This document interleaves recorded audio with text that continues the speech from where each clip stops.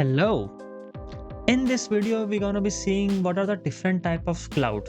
Okay, what are the types of cloud available? So there are mainly three types of cloud, that is public, private, and hybrid. Let's see a photo of that. So this one, public, private, and hybrid.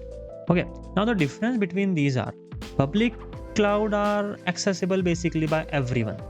So for the website, you need a public cloud because you want it to access, to be accessed by everyone on the world.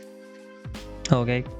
Private clouds are basically what you don't want to show to the people outside. For example, it's very private to a company. Some domains are very private to a company. So, only the internal people can access those. So that is a private cloud. Hybrid cloud is a combination of both. So some services are public, some services are private.